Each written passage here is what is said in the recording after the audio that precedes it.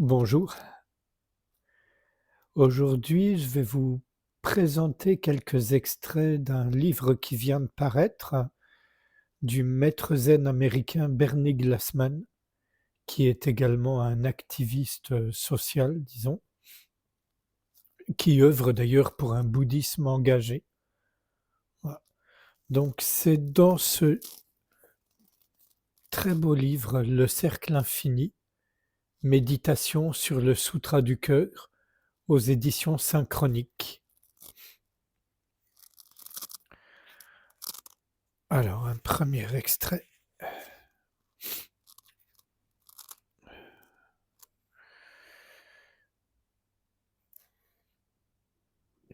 Il y a dans le zen deux façons de décrire la réalité.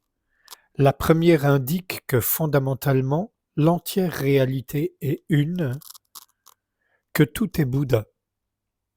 La seconde décrit la pluralité de la réalité, la diversité et la multitude des phénomènes, les différences.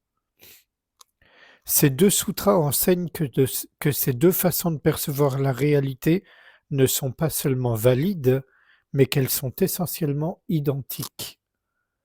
Les maîtres zen ont, au fil des années, mis en place des pratiques pour nous permettre de percevoir ces deux aspects de la réalité, tout d'abord séparément, puis simultanément, en les considérant comme étant tous deux équivalents. Étant de plus en plus engagé dans l'action sociale, je regarde la question de l'unité et de la diversité comme une question non seulement primordiale dans la pratique du zen, mais peut-être comme la question primordiale concernant l'art de la paix dans le monde. Je le vérifie dans de nombreuses régions de la planète où les massacres systématiques et le nettoyage ethnique à grande échelle se fondent sur la notion qu'il ne peut y avoir qu'une seule manière d'être, une seule façon de vivre, un seul Dieu auquel il nous faudrait tous croire, et que rien d'autre ne peut être valable. Il y a toujours quelque chose que nous cherchons à exclure de l'unité, quelque chose que nous ne parvenons pas à considérer comme éveillé tel que c'est, quelque chose que nous ne croyons pas être cela. Voilà qui témoigne de l'importance de la sagesse, la prajna, laquelle ne considère pas les phénomènes de façon dualiste, intérieur-extérieur, mais consiste plutôt à faire l'expérience de la vitalité de toute chose telle que c'est, à cet instant même. D'un autre côté, il y a la tentation de pratiquer l'assise et de ne rien faire d'autre. Des années durant, j'ai rencontré des pratiquants du zen qui pensaient qu'avant d'avoir atteint l'éveil parfait, agir dans le monde ne servait à rien, sinon à propager ses propres illusions. J'ai toujours soutenu avec la plus grande fermeté qu'il nous fallait agir. Nous ne pratiquons pas pour atteindre l'éveil, nous pratiquons parce que nous sommes éveillés. De la même façon, nous n'agissons pas dans le monde afin de tout unifier, nous agissons parce que tout est un.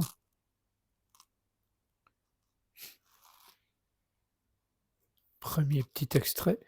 Pardonnez ma voix nasale, due à mon ami la grippe.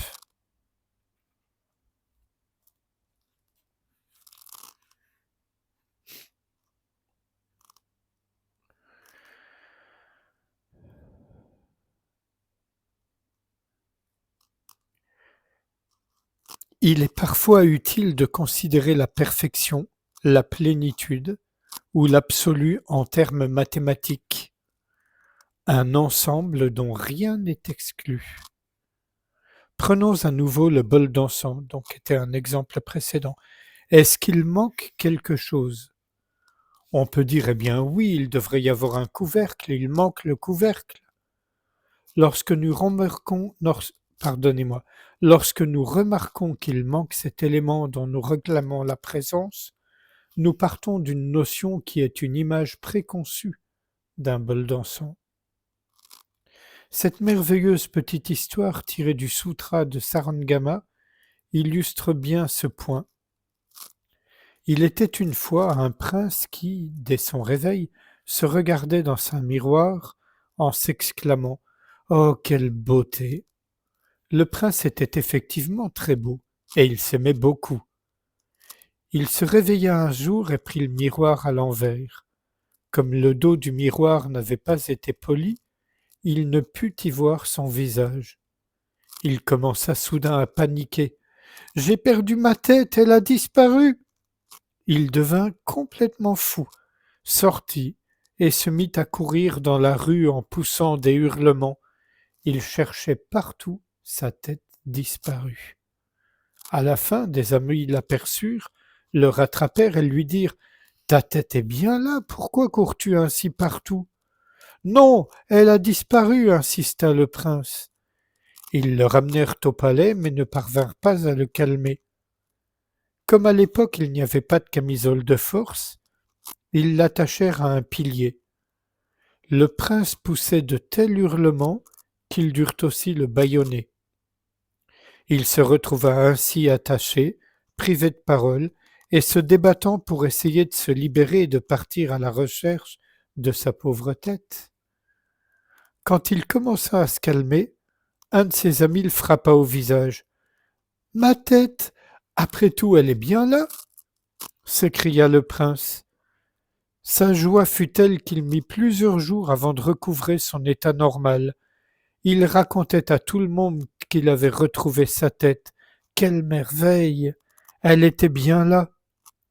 Mais comme ses amis le regardaient avec incrédulité, il s'arrêta de montrer tant d'exubérance à l'idée d'avoir retrouvé sa tête qui avait toujours été là. Nous croyons que quelque chose n'est pas là et que cela nous manque, et nous réalisons un beau jour que c'est bien là, pourvu que nous puissions le voir. Ce qui est là, c'est simplement nous-mêmes, tels que nous sommes. Nos conceptions des choses et nos idées nous empêchent d'accepter de réaliser la vérité dans son absolue simplicité.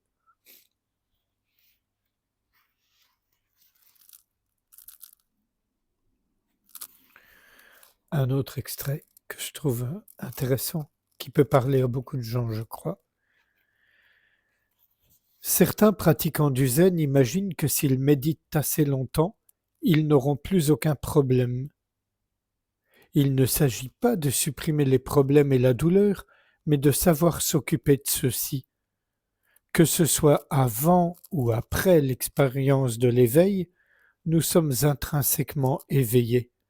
Et lorsque se produit cette expérience, lorsque nous réalisons véritablement au plus profond de nous-mêmes que c'est cela, aucun changement magique ne se produit, c'est uniquement ainsi.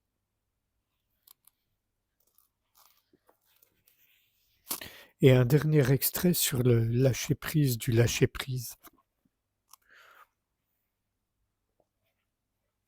Lâcher-prise est difficile parce que savoir comment et ce que devraient être les choses nous conforte.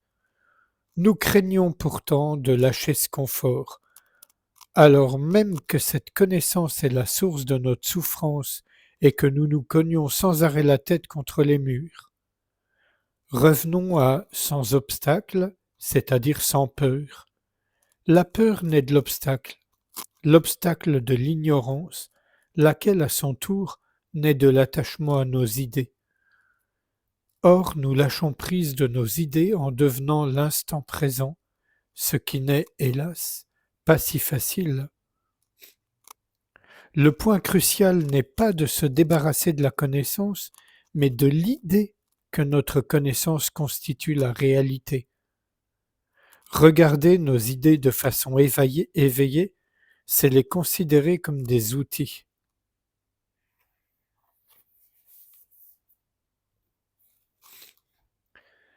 Si vous le voulez bien, sans réfléchir à ce qui vient d'être lu, nous pouvons passer un moment ensemble en silence, sans rien faire, juste être ouverture.